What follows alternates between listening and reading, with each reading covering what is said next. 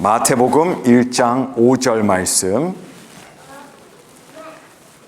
제가 봉독해 드리겠습니다. 살몬은 라합에게서 보아스를 낳고 보아스는 루색에서 오벳을 낳고 오벳은 이새를 낳고. 아멘. 자, 오늘은 예수님의 족보 속 여인들 세 번째 인물입니다. 바로 루세에 대해서 함께 살펴보면서 대강절 셋째 주 그 감격스러운 예수님의 복음의 메시지를 함께 살펴보도록 하겠습니다. 여러분, 오늘 룻에 대해서 우리가 함께 살펴보는데, 룻은 지금에서 한 3,000년보다 조금 더 됐죠. 3,000년 전에 있었던 사람이었습니다. 바로 사사시대의 인물이었습니다. 근데 여러분, 사사시대가 어떤 시대였습니까?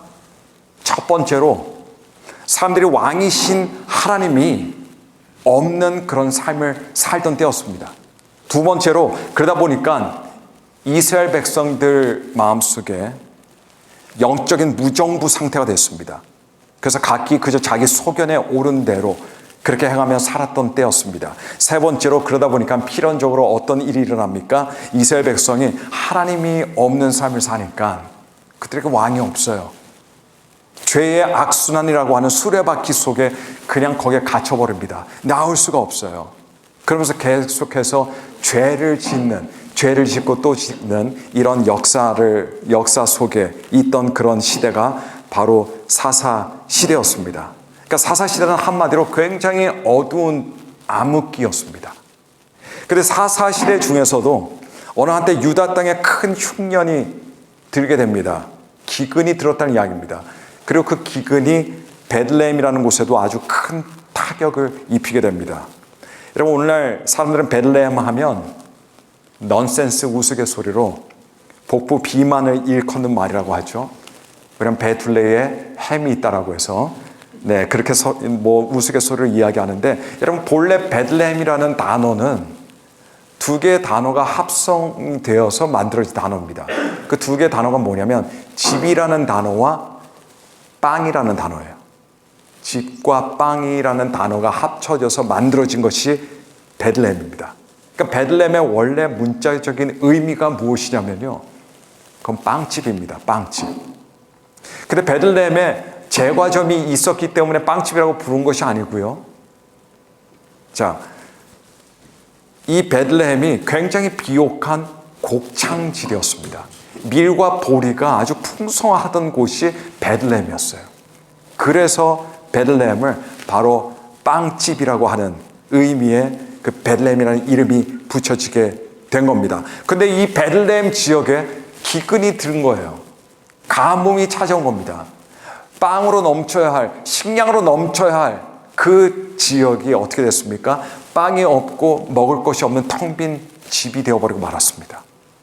룻기 이야기는 바로 이러한 기근 기간에 빵이 사라진 베들레헴에 살던 엘리멜렉이라는 사람의 이야기로 그렇게 시작을 하고 있습니다.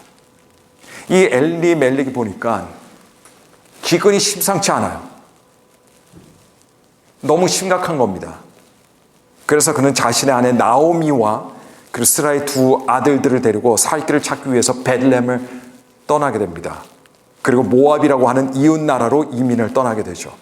사실 겉표면적으로 볼 때 엘리멜렉이 가족들을 이끌고 모압 땅으로 이민 간 것은 여러분 어떻게 보면 이해가 되는 일입니다. 흉년은 여러분 생사가 달린 문제예요. 엘리멜렉은 가장으로서 가족을 부양해야 되고 먹여 살려야 하는 가장으로서의 책임감이 있던 사람이었습니다. 그래서 나름 그 사람이 베들레헴을 떠나서 모압 땅으로 간 것은 가장으로서 내릴 수 있었던 어떤 결단이었어요. 그리고 대단한 결단이었습니다. 왜냐하면 그 지역 당대 때는 지역을 옮기는 것이 흔한 일이 아니었기 때문에 그렇습니다. 그런데 여러분, 사실 신앙적인 눈으로 볼 때, 여러분 영적인 눈으로 볼 때 엘리멜렉의 이 선택은 분명히 잘못된 선택이었어요. 엘리멜렉이 기거하던 베들레헴이 여러분 어떤 곳입니까? 단순히 곡물 넘쳐난 곳이 아니에요. 그것은 하나님께서 이스라엘에게 주신 기업이었습니다. 약속의 땅이었습니다. 여러분, 그런 땅이라면 우리가 그렇게 쉽게 어려움이 있다고 해서 떠나거나 버리거나 포기하면 되는 곳이 절대 아니었어요. 가볍게 여길 것을 가볍게 여겨야죠. 하나님께서 약속의 땅으로, 축복의 땅으로 주신 땅인데, 여러분, 어려움이 있다고 해서 거길 떠나면 안 됐습니다. 사실 엘리멜렉이 기근 때문에 베들레헴을 떠났습니다. 기근 때문에. 근데 구약시대 기근은요, 그냥 자연 현상이 될 때도 있었지만 때로 그냥 기근이 아니었습니다. 때로 그것은 회개를 촉구하는 하나님께서 보내주시는 강력한 신호가 되기도 했습니다.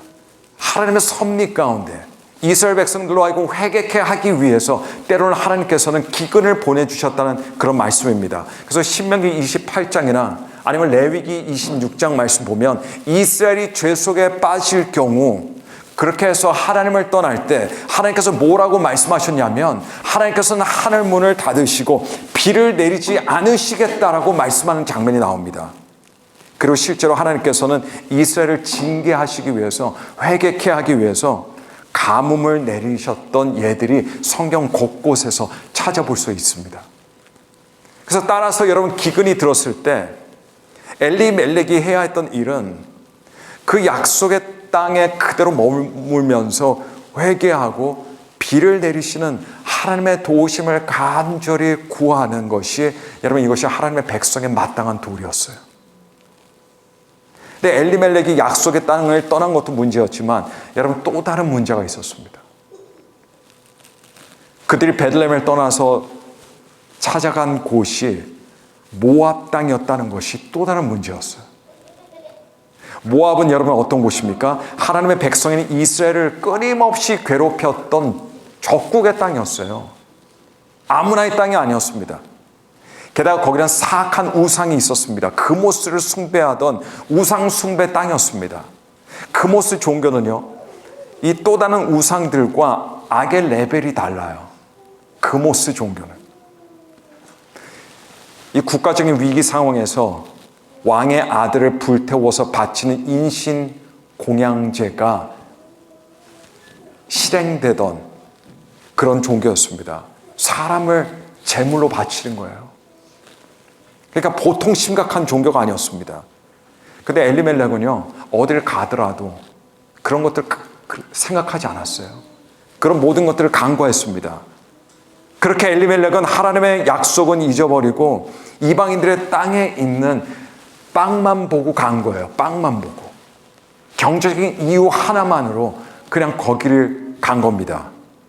여러분, 아이러니하게 엘리멜렉의 이름의 뜻이 있습니다. 그 뜻이 뭐냐면, 나의 하나님은 왕이시다요. 이게 엘리멜렉입니다. 나의 하나님은 왕이시다라는 의미를 가지고 있는 이름을 자기가 가지고 있었습니다. 근데 그는 확실히 그의 인생에서 하나님을 왕으로 모시지 않았어요. 그래서 약속의 땅을 버리고, 약속을 버리고 빵이 있는 곳으로 찾아간 겁니다. 그래서 사실 이것이 당시 사사시대의 전형적인 영적인 특징이었습니다. 엘리멜렉만 그랬던 것이 아니었습니다. 그렇게 해서 엘리멜렉이 가족들을 데리고 모압 땅으로 갔죠. 거기서 뭐 잘 살면 좋았을 텐데, 아니나 다를까 거기 가서 얼마 안 있어서 그는 곧 죽음을 맞이하게 됩니다. 우연이라고 생각하지 않습니다. 그리고 나오미는 그 모압 땅에서 과부가 되어버리고 맙니다. 근데 설상가상으로 남편을 보내고 난 이후에 모압 땅에서 아들들을 위해서 모압 여자를 데려다가 모압 여자들과 아들들을 결혼시켰습니다. 근데 알 수 없는 이유로 아들 둘이 있었는데 그 아들 둘까지 다 그 모압 땅에서 죽게 된 거예요. 더군다나 두 아들들이 다 무자했습니다. 아들 한 명 없었고 딸 한 명 없었어요. 무자한 상태에서 아들들이 다 죽은 겁니다. 남자들이 씨가 말랐다는 이야기예요. 여러분, 나오미는 체험을 받기 위해서 베들레헴을 떠나 모압 땅으로 갔는데 오히려 있던 것들마저 다 빼앗겨 버리고 말았습니다. 그리고 말 그대로 완전히 폭삭 망한 인생, 비워진 인생이 되어버리고 맙니다. 그런데 갑자기 보니까 나오미의 귀에 어떤 소문이 들어왔어요. 무슨 소문이야? 베들레헴에 다시 양식이 풍성해졌다는 이야기를 들었습니다. 그래서 이에 나오미는 베들레헴으로 다시 돌아가야겠다. 도저히 다시 돌아갈 면목과 체면이 서지 않고 부끄러운 일이지만 하지만 그녀는 그래도 살기 위해서 베들레헴으로 다시 돌아가는 결정을 하게 됩니다. 그리고 베들레헴으로 돌아가기 전에 두 며느리들을 불렀죠. 왜냐하면 이 며느리들은 이스라엘 백성들이 아니었어요. 모압 여자들이었어요. 그래서 친정으로 떠나보내려고 했습니다. 이때 큰 며느리 오르바는 울면서 시어머니와 작별하죠. 그리고 그렇게 해서 자기 친정으로 돌아갔는데, 근데 둘째 며느리 룻은 시어머니를 떠나기를 극구 거부했습니다. 그러면서 룻은 너무너무 아름다운 고백을 나오미에게 하게 됩니다. 그게 바로 룻기 1장 16절부터 17절 말씀이에요. 거기 말씀 보니까 이렇게 기록합니다. 어머니께서 가시는 곳에 나도 가고 어머니께서 머무시는 곳에서 나도 머물겠나이다. 어머니의 백성이 나의 백성이 되고 어머니의 하나님이 나의 하나님이 되시리니 어머니께서 죽으시는 곳에서 나도 죽어 나도 거기 묻힐 것이라. 이 고백을 한 거예요. 여러분, 이 시점에서 잠시 룻에 대한 이야기를 멈추고요. 여러분들에게 룻기의 메시지를 이해하는 데 있어서 아주 중요한 말씀을 드리고자 합니다. 룻기는 총 4장으로 되어 있습니다. 근데 이 4장 분량의 이야기를 단 하나의 단어로 표현할 수 있어요. 핵심 단어라고 하시죠. 그 단어는 뭐냐면 히브리어 원어인데 바로 헤세드라고 하는 단어입니다. 헤세드. 이 헤세드라는 단어가 룻기에 총 3번 사용이 되고 구약성경 곳곳에 사용이 되고 있는데, 이 헤세드를 번역할 때 보면 우리 성경이나 다른 언어의 성경도 다 마찬가지지만 이 헤세드라는 단어를 번역할 때 보면 다 조금씩 다른 단어들을 쓰고 있어요. 똑같은 단어들이 성경에 나오는데 똑같은 단어로 번역하는 것이 아니라 조금씩 다른 단어들로 번역하고 있는 걸 볼 수 있습니다. 그런데 이유가 있어요. 왜냐하면 하나의 단어로는 히브리어 원어인 헤세드라고 하는 뜻을 충분히 표현해낼 수가 없기 때문입니다. 하지만 이 단어의 가장 기본적인 개념이 무엇이냐라고 할 때, 여러분, 이 헤세드라고 하는 단어의 가장 기본적인 개념은 바로 사랑입니다. 사랑. 하지만 사랑 하나만으로 역시 헤세드라는 단어를 충분히 설명할 수가 없습니다. 그래서 설명이 조금 필요합니다. 헤세드라고 하는 기본적인 개념이 사랑이라고 말씀드렸죠. 사랑인데 어떤 사랑이냐면 언약에 기초한 신실한 사랑으로 정리할 수 있어요. 그냥 아무 사랑이 아니라 언약에 기초한, 약속에 기초한 신실한 사랑입니다. 그래서 헤세드는 사랑인데 그냥 사랑이 아니라 신실한 언약적 사랑이에요. 사실 룻은 자기 남편이 죽는 순간, 여러분, 나오미를 언제든 자유롭게 떠날 수 있는 사람이었어요. 나오미는 여러분 며느리였지 딸이 아니었습니다. 근데 남편이 죽었어요. 그러니까 이제 엄밀히 말해서 나오미와는 시어머니죠. 시어머니와는 남남 관계가 되어버린 겁니다. 근데 룻은 떠나지 않았어요.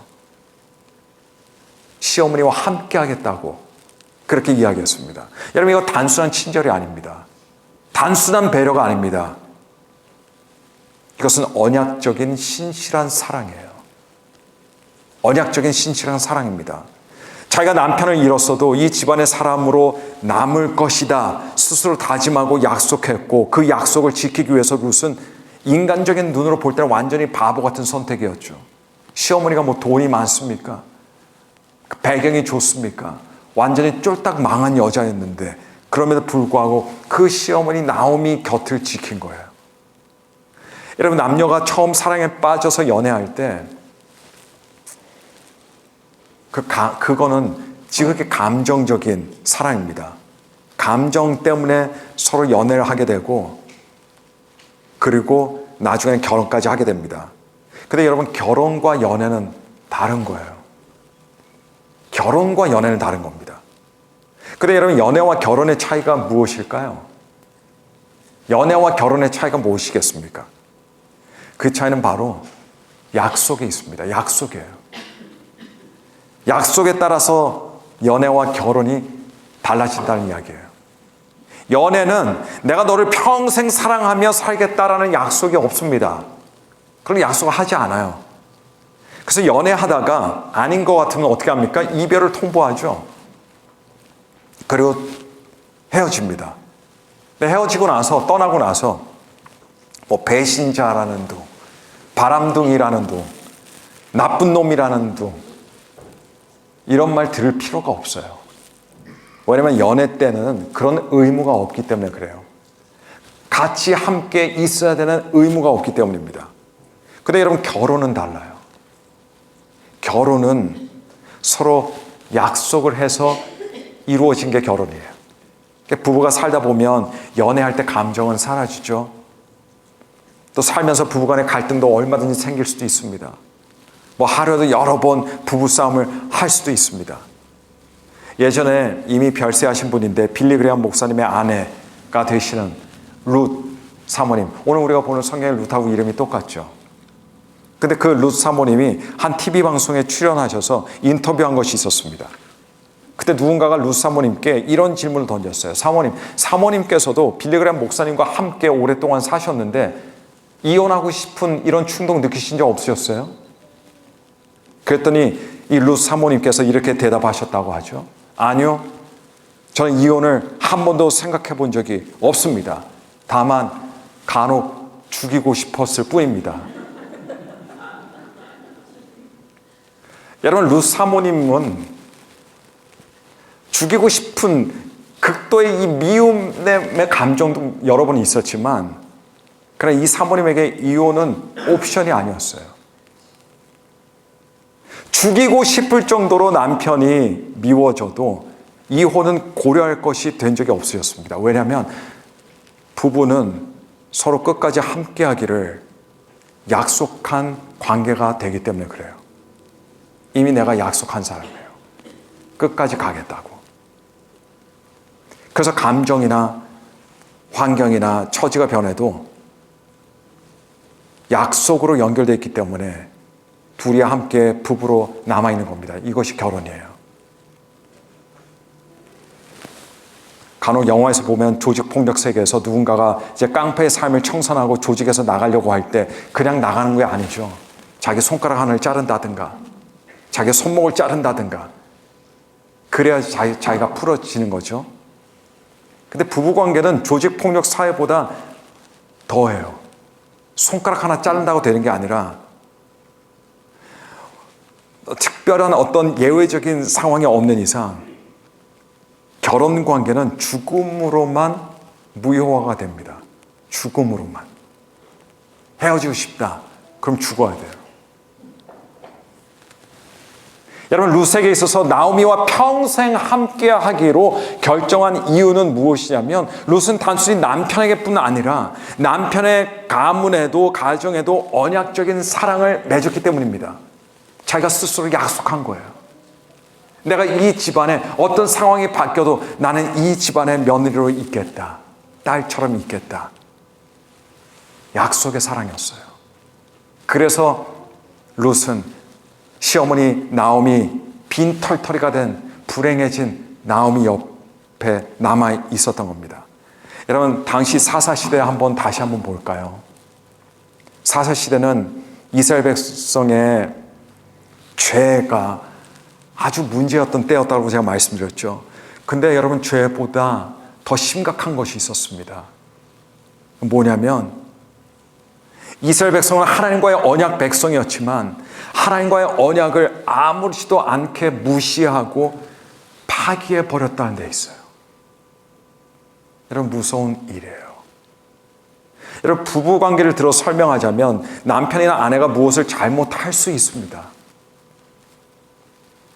근데 일상의 삶에서 뭔가 잘못하는 것과 뭔가 실수하는 것과 남편이나 아내가 불륜을 저지른 것은 이거는 다른 이야기예요.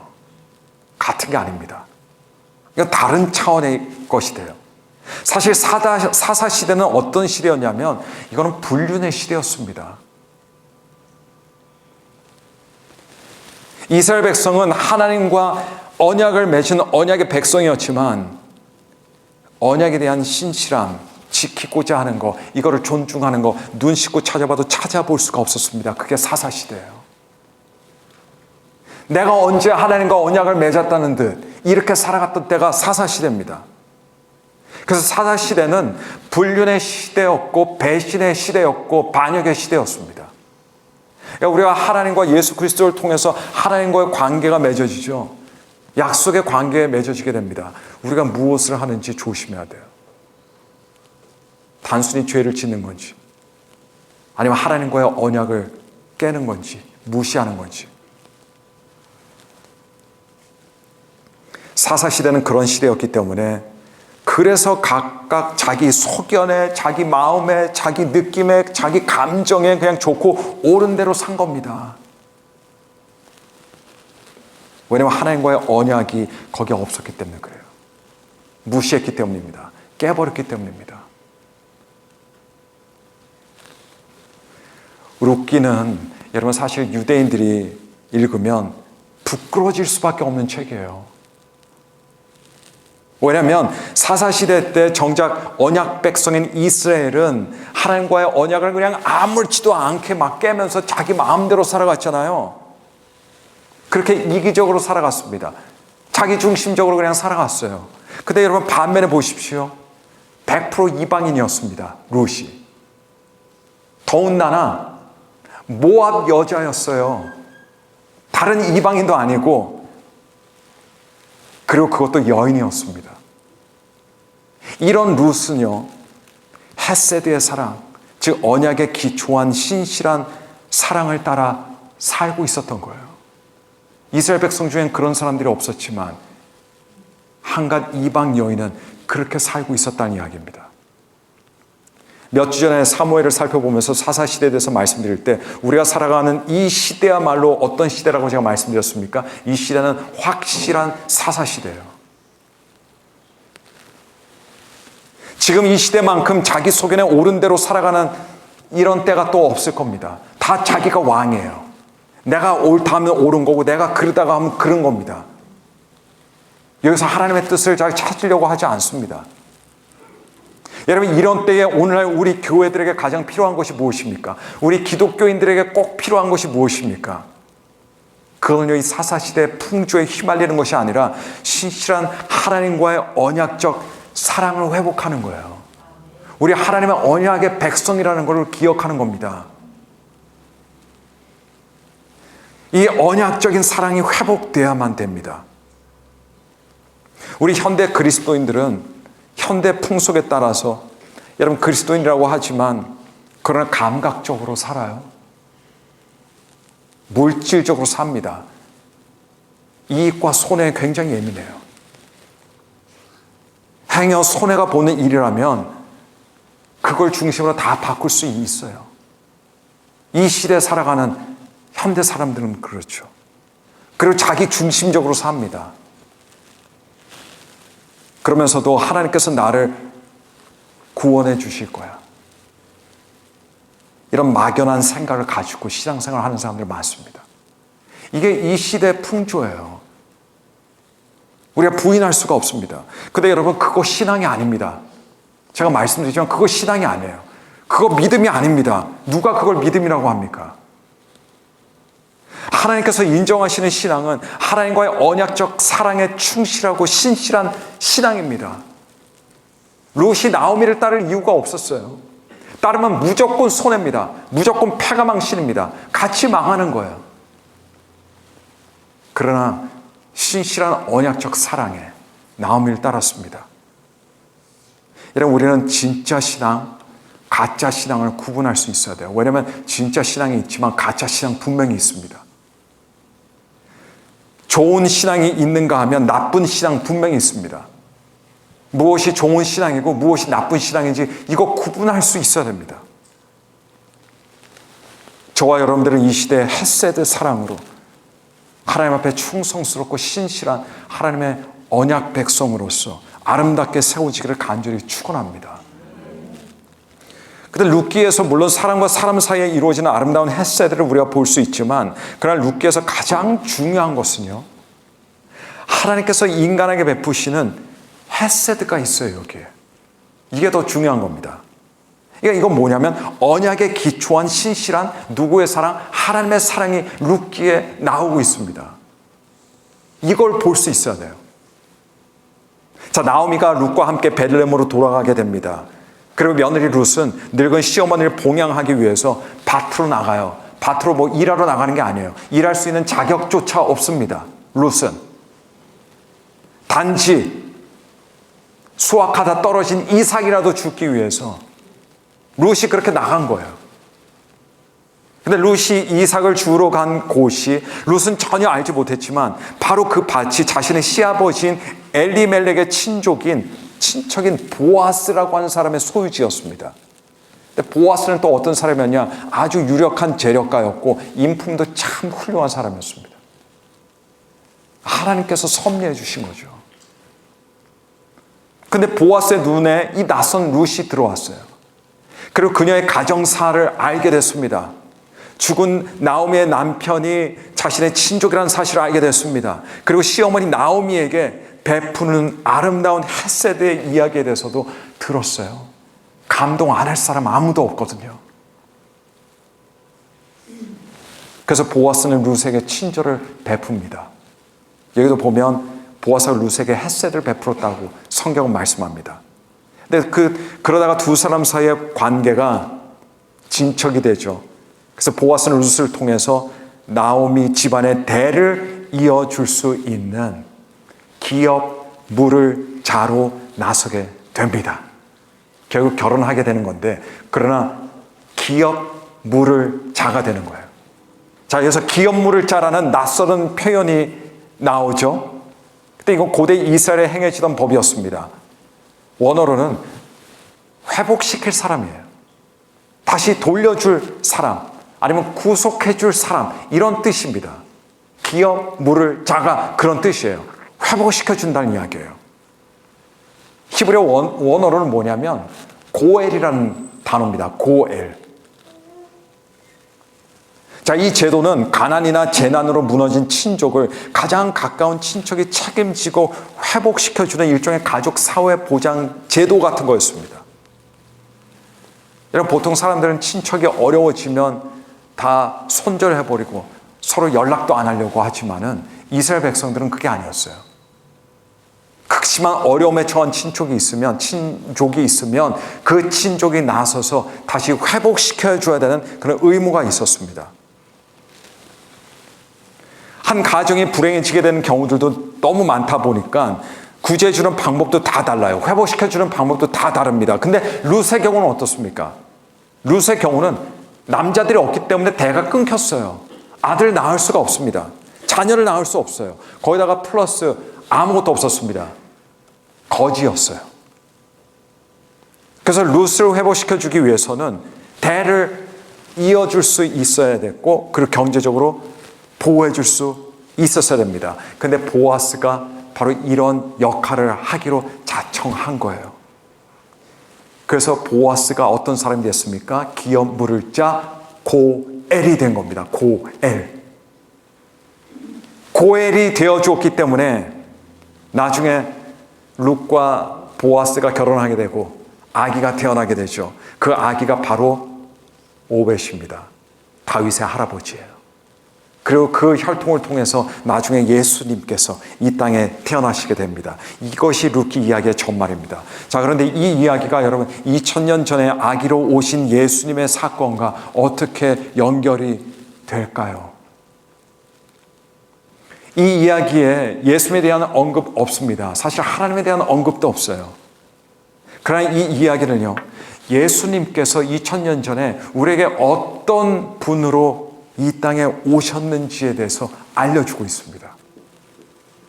이 룻기의 이야기를 통해서 예수님을 보게 되면요, 아기로 오신 예수님께서는 사실 우리 저와 여러분들입니다. 우리들의 기업 물을 자러 오신 거예요. 고엘로 오신 겁니다. 좀 전에 말씀드렸지만 고엘은요, 어떤 사람이냐, 망한 친척을 구해주는 구속자입니다. 회복자예요. 그런데 예수님께서 정확하게 우리의 고엘이 되어주신 거예요. 자, 어떻게 예수님께서 우리의 고엘이 되셨는지 한번 들어보시길 바랍니다. 일단은 우리가 인정해야 될 것이 있어요. 그것은 뭐냐면 사실 우리는 룻의 모습을 통해서 우리 자신을 볼 수 있어야 됩니다. 룻은 이방 여인이었습니다. 그리고 하나님께서는 모압 사람들은 아예 여호와의 총에 들어오지 못하게 막으셨어요. 자격이 없는 사람이었습니다. 근데 우리도 마찬가지예요. 우리도 마찬가지입니다. 또 룻은 그냥 과부도 아니었어요. 파산한 과부였습니다. 남편도 잃고 대도 이을 수 없을 뿐 아니라 스스로 생존할 힘이 전적으로 없던 무능력한 상태였습니다.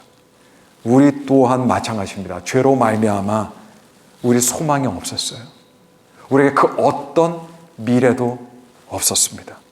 그냥 불행이라고 하는 운명의 쳇바퀴 속에 갇혀서 우리 힘으로는 그 운명의 쳇바퀴에서 벗어나올 수가 없는 거예요.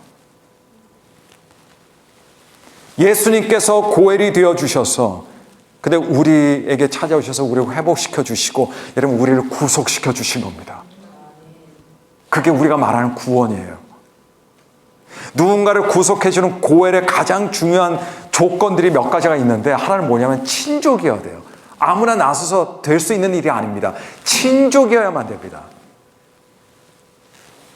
근데 예수님께서 베들레헴 마을 구유에 우리와 똑같은 인간의 몸으로 오신 거예요. 우리를 형제라고 부르시면서 오신 성탄 사건은요. 예수님께서 우리와 피를 나눈 친족이 되어주셔서 고엘의 자격을 획득하시기 위함이셨습니다. 우리처럼 되어주신 거예요. 두 번째로 고엘은요. 친족만 된다고 해서 되는 게 아니에요. 반드시 값을 지불해야 됩니다. 보아스가 성문 앞에서 장로들을 증인으로 세우고 엘리멜렉의 기업을 사기 위해 자기가 그 값을 다 치렀어요. 마찬가지로 예수님께서도 우리를 구원하시기 위해 우리의 목숨값을 다 치러주셨습니다. 예수님께서 골고다 언덕에서 자신의 피로 우리의 죄값을 뭘로요? 당신의 피로입니다. 피로. 자기의 피를 흘리면서 우리의 죄값을 당신의 목숨으로 지불해 주신 거예요. 공짜 구원은 없습니다. 우리가 받은 구원이 어떤 구원인지 알아야 돼요.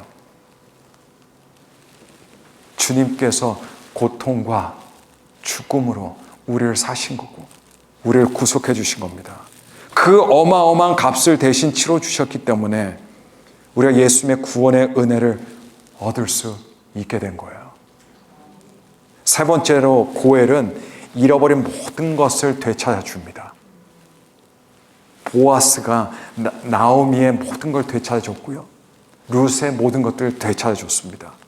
나오미에게 있어서 끊어진 가문을 다시 이어줬습니다. 그래서 마지막에 뭐로 끝납니까? 룻기에 나오미 품에 누가 안겨 있습니까? 손자가 안겨 있는 거예요. 불가능한 일이었는데 근데 이게 뭐냐? 생명의 회복이라는 거예요. 생명의 회복.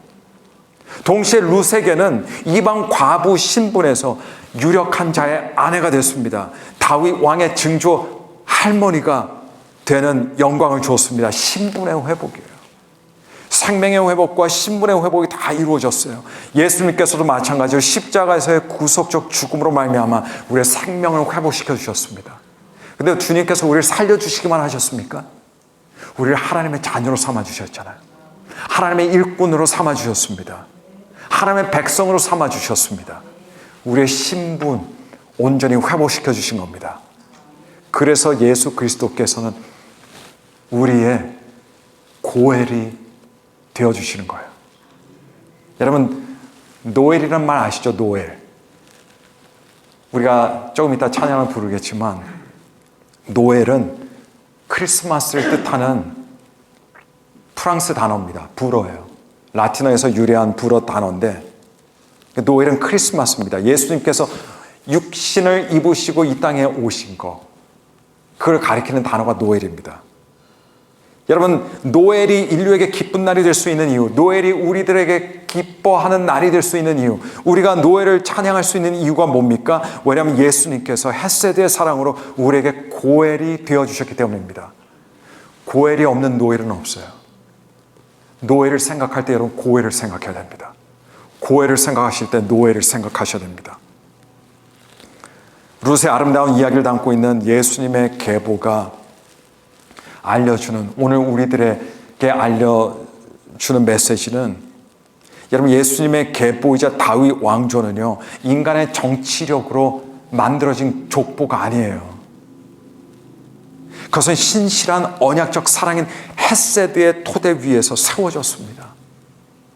언약적 사랑 위에서 세워진 거예요.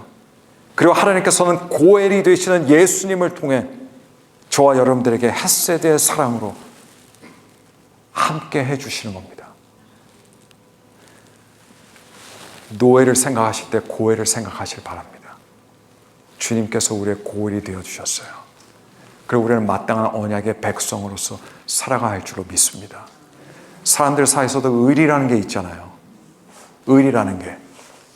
어떤 젊은 부부를 예전에 만나니까 그 부부관계 사이에서도 어떤 단어를 표현을 쓰냐면 의리라는 말을 쓰더라고요. 의리. 남편이 의리가 있지, 아내가 의리가 있지, 남편과 부부 사이에도 의리가 있다. 사람과 사람 사이에도 의리가 있습니다.